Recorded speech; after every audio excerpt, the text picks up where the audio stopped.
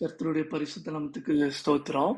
இந்த நாள்ல கூட நம்ம 1 யோவான் 3வது அதிகாரம் 8வது வசனத்தை தியானிப்போம். பாவம் செய்கிறவன் பிசாசினால் உண்டாயிருக்கிறான். ஏனெனில் பிசாசானவன் ஆதி முதல் பாவம் செய்கிறான். பிசாசினுடைய கிரியைகளை அழிக்கும்படிக்கே தேவனுடைய குமாரன் வெளிப்பட்டார். நம்ம வாழ்க்கையில பாத்தீங்கன்னா அநேக முறை சில பிரச்சனைகள்ல மாட்டிட்டு தவிப்போம். சில பாவ காரியங்கள்ல மாட்டிட்டு தவிப்போம். இதுல இருந்து நமக்கு யாராவது ஒருத்தர் நமக்கு இதுல இருந்து விடுதலை கொடுக்க மாட்டாங்களா? இந்த பிரச்சனையில இருந்து நம்ம வெளியில வர முடியாதான்னு நம்ம அநேக நேரம் நம்ம யோசிப்போம். நம்ம பிரயாசப்படுவோம். ஆனா நம்ம வெளியே வர முடியாம இருக்கிறதுக்கு காரணம் என்னன்னா, நம்ம வாழ்க்கையில காணப்படுகிற பாவம் தான். அந்த பாவம் எதனால வருதுன்னா, சத்ருவினுடைய கிரியையினாலதான் அந்த பாவம் வருது. அந்த சத்ருவின் கிரியையை அழிக்கிறதுக்கு தான் ஆண்டவராகிய இயேசு கிறிஸ்து இந்த உலகத்துக்கு வந்தார். அவர் நம்ம வாழ்க்கையில வரும் பொழுது, நம்ம வாழ்க்கையில காணப்படுகிற அந்த இருள் பாத்தீங்கன்னா மாறும். ஏன்னா அவர் வெளிச்சமா இருக்கிறார். வெளிச்சம் வரும்போது இருளுக்கு இடமே கிடையாது. ஆண்டவர் இந்த உலகத்துக்கு வந்ததோட நோக்கமே சத்ருவின் கிரியைகளை அழிக்கிறதுக்காக தான்.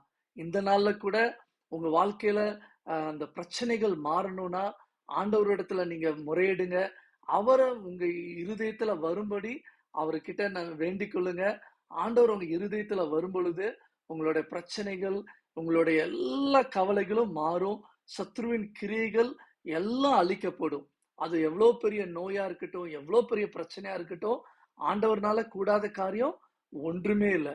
இந்த நாள்ல கூட ஏசப்பா என்னோட வாழ்க்கையில வாங்க, வெளிச்சமா வாங்க, என்னுடைய வாழ்க்கையில இருக்கிற இருள் எல்லாம் மாறட்டும்னு சொல்லி அவர்கிட்ட வேண்டிக் கொள்ளுங்க. ஆண்டவர் பெரிய காரியம் உங்களுக்கு வாழ்க்கையில செய்வார். இந்த நாள்ல கூட நான் ஒரு வார்த்தை உங்களுக்காக நான் ஜெபம் பண்ணி இந்த வீடியோ நான் முடிக்கிறேன்.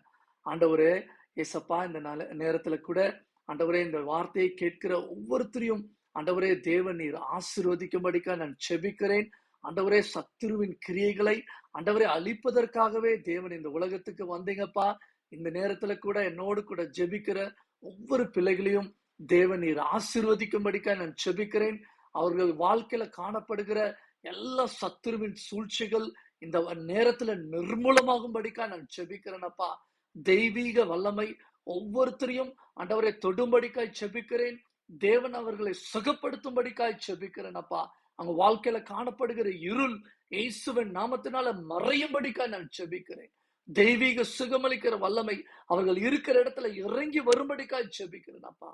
ஆண்டவரே, உம்மால கூடாத காரியம் ஒன்றும் இல்ல. ஆண்டவரே, நீங்க அற்புதம் செய்யுங்க. ஆண்டவரே, அவர்களுக்கு விடுதலை கொடுங்கப்பா.